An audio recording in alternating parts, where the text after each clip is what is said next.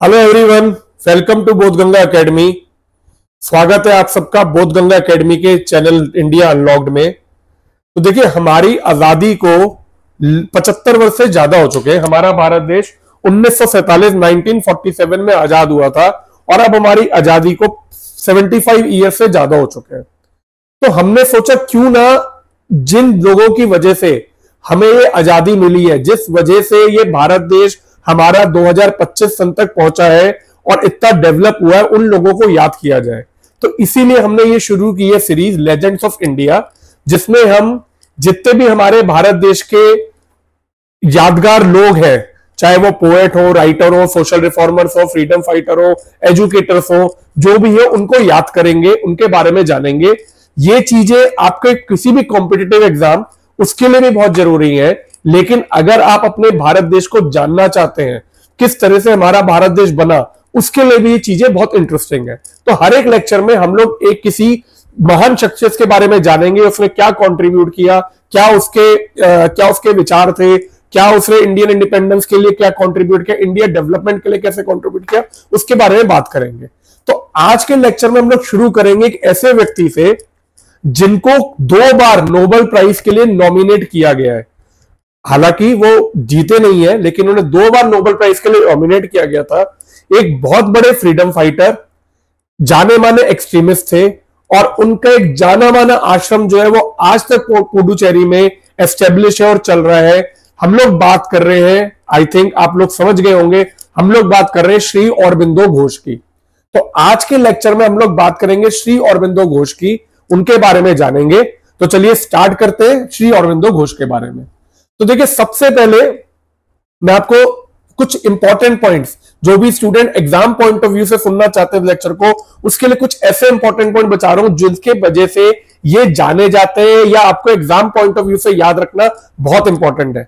तो सबसे पहले बात करते हैं, देखिए ये जो थे Aurobindo Ghosh, he was a Indian yogi, Maharshi और नेशनलिस्ट। ये नेशनलिस्ट भी थे, ये ऐसे इंसान थे जिन्होंने एक तरह की योगा को ओरिजिनेट किया, और महर्षि भी थे। तो सबसे पहले इनकी कॉन्ट्रीब्यूशंस के बारे में बात करें तो सबसे मेजर कॉन्ट्रीब्यूशन में इनका आता है, he was editor of Vande Mataram newspaper. ये एक न्यूज़पेपर था जो कि कलकत्ता से 1905 में पब्लिश किया जाता था। ये उसके एडिटर थे। इन्हें अलीपुर बॉम्ब कॉन्स्पिरेसी के लिए अरेस्ट किया गया था। इन्होंने, जैसा मैंने बताया, एक योगा की प्रैक्टिस डेवलप की जिसका नाम था इंटीग्रल योगा। श्री औरबिंदो आश्रम जो कि पुडुचेरी में, ये भी इन्होंने एस्टेब्लिश किया था 1926 में। श्री औरबिंदो को 2 बार नोबेल प्राइज के लिए नॉमिनेट किया गया था, 1943 में लिटरेचर के लिए, क्योंकि इन्होंने बहुत सारी राइटिंग्स की है जो कि मैं आगे बताऊंगा, और इसके अलावा 1950 में नोबेल प्राइज इन पीस के लिए। इन दोनों साल में इन्हें नॉमिनेट किया गया था, हालांकि ये जीते नहीं। 1950 में इनका देहांत हो गया था। इन्होंने जो इंपॉर्टेंट बुक लिखी थी, इसमें एक है synthesis of yoga and life divine. तो these are the point that you should remember from examination point of view, जो कि बहुत इंपॉर्टेंट एग्जाम्स में पूछे जाते हैं। लेकिन इसका मतलब ये नहीं है कि जो मैं आगे डिस्कस करने वाला हूं वो कोई कम इंपॉर्टेंट है, क्योंकि आजकल आप जानते हो कॉम्पिटिटिव एग्जाम बहुत डीप में जा रहे हैं, हर एक चीज सरफेस में नहीं पूछी जा रही। तो आप 10 मिनट निकाल के लेक्चर को पूरा सुनिएगा, आखिरी तक जुड़े रहिएगा, क्योंकि कुछ इंपॉर्टेंट चीजें मैं डिस्कस करूंगा आगे में। तो देखिए स्टार्ट करते हैं। सबसे पहले समझते हैं इनकी अर्ली लाइफ के बारे में। तो देखिए, इनका नाम जो था वो औरबिंदो घोष था, ठीक है। ये इनका जन्म जो था वो 1872 में कोलकाता में हुआ था। उस समय जो कलकत्ता प्रेसिडेंसी आप कह सकते हो, वहां पे हुआ था, ठीक है, बंगाल प्रेसिडेंसी के अंदर। 5 दिसंबर 1950 को इनका पौंडीचेरी में देहांत हुआ, निधन हुआ। इनके जो फादर थे वो, उनका नाम था डॉक्टर कृष्णदान घोष, ठीक है। ये जो एक सिविल सर्जन, एक डॉक्टर थे, लेकिन ना ये वेस्टर्न कल्चर से बहुत इन्फ्लुएंस है। इन्हें ऐसा लगता था कि बच्चे जब तक इंग्लिश में नहीं पढ़ाई करेंगे, जब तक इनको वेस्टर्न नॉलेज नहीं होगी, तब तक ये पीछे रह जाएंगे। तो he was greatly influenced by British culture.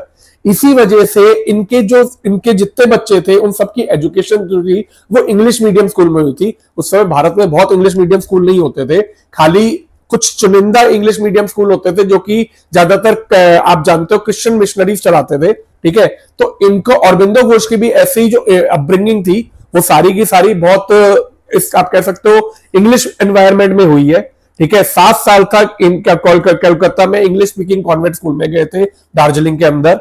उसके बाद 7 साल की उम्र में ही इन्हें इंग्लैंड भेज दिया गया था स्टडीज के लिए, जहां पे इन्होंने पहले सेंट पॉल स्कूल लंदन, वहां पे रहकर अपनी पढ़ाई करी, और फिर उसके बाद Cambridge university, Kings college Cambridge university में इन्होंने सिविल सर्विसेज की, इंडियन सिविल सर्विसेज की तैयारी जो थी, उसके लिए 2 साल का कोर्स करना बहुत जरूरी होता था, जो कि लंदन में होता था उस टाइम पे। तो इसके लिए भी इन्होंने तैयारी करी।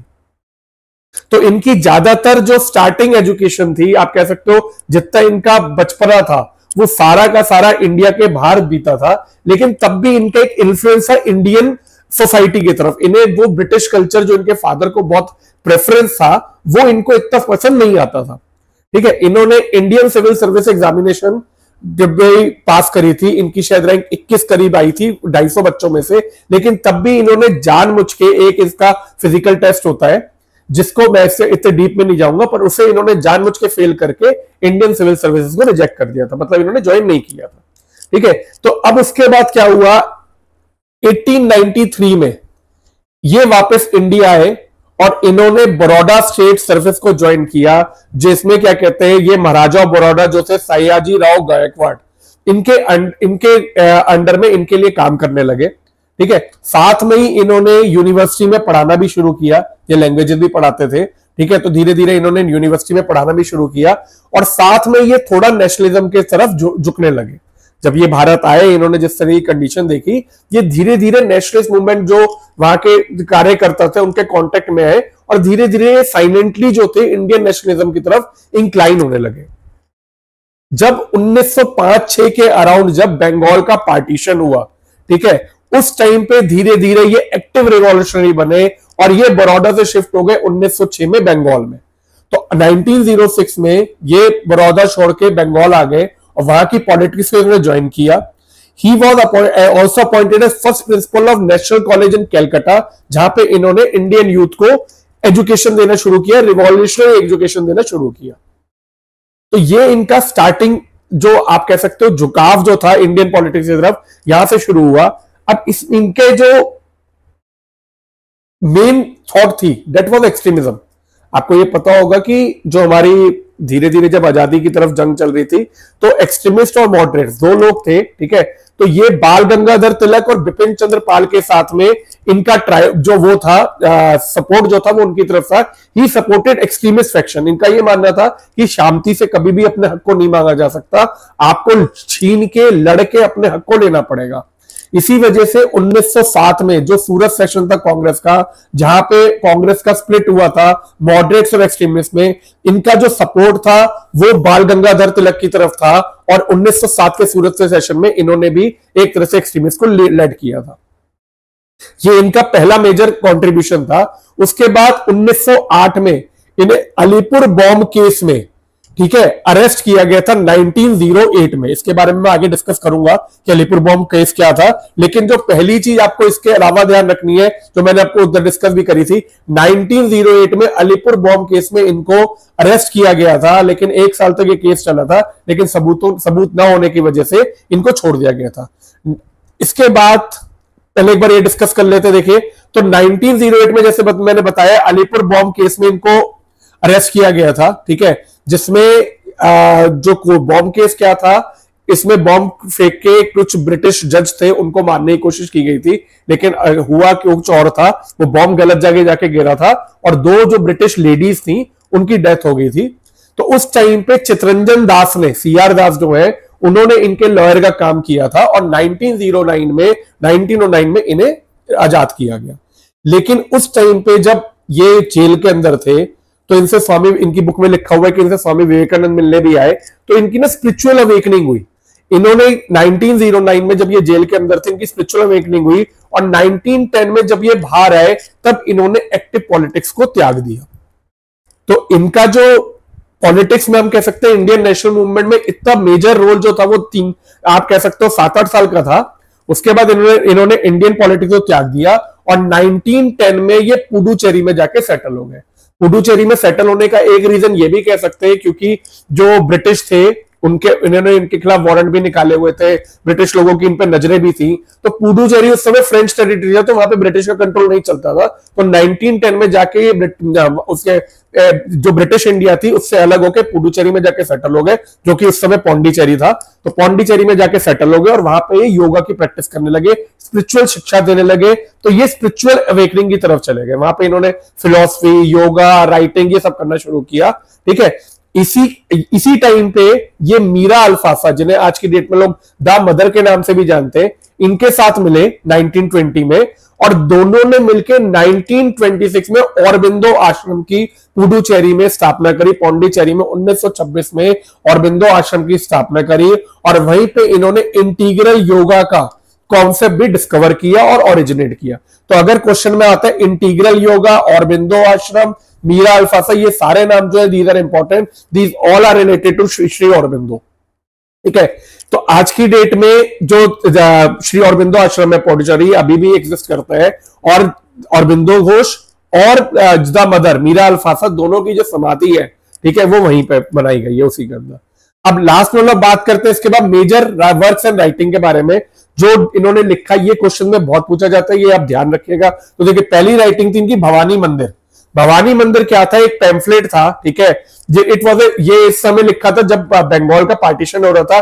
तो एक तरह से उन्होंने एक पैम्फलेट बनाया था भवानी मंदिर, माता भवानी को याद करते हुए, जो कि मदर इंडिया की तरह वर्शिप होती थी, to call everyone to stand against this partition, जिसमें आपने अगर पढ़ा होगा तो बहुत जानमान की हानि हुई थी। तो उसके लिए भवानी मंदिर का एक पैम्फलेट इन्होंने निकाला था। इसके अलावा वंदे मातरम मैंने आपको बताया था। वंदे मातरम जो था, it was a English newspaper, ठीक है, जो कि बिपिन चंद्र पॉल ने 1905 में कलकत्ता में फाउंड किया था, पब्लिश होता था। उसको एडिट करने का काम, उसके जो आर्टिकल्स होते थे उनको एडिट करने का काम जो था वो यही करते थे।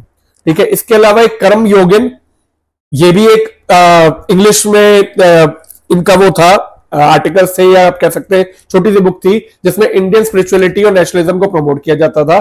धर्मा जो था वो बंगाली जर्नल था, जिसमें रिवॉल्यूशनरी आइडियाज को सबो किया जाता था, प्रोपोगेट किया जाता था। तो भवानी मंदिर हो गया आपका, वंदे मातरम हो गया, कर्म योगी हो गया, dharma, these all were related to Indian nationalism.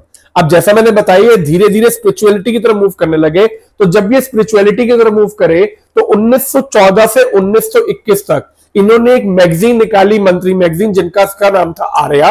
It was a monthly philosophical magazine, जो कि 1921 में बंद हो गई थी। इसके अलावा जब इन्होंने इंटीग्रल योगा डिस्कवर करी और अपनी योगिक प्रैक्टिस के बेस पे बहुत सारी बुक्स लिखी गई, जिसमें से एक बुक का नाम है द लाइफ ऑफ डिवाइन, ठीक है, दूसरी बुक का नाम है the synthesis of yoga, the human cycle, the idea of human unity. तो ये सारी बुक जो थी ये इनकी स्पिरिचुअलिज्म से रिलेटेड, योगिज्म से रिलेटेड, इन सबसे रिलेटेड थी। The life of divine, the spiritual yoga, the human cycle, the ideal of humanity.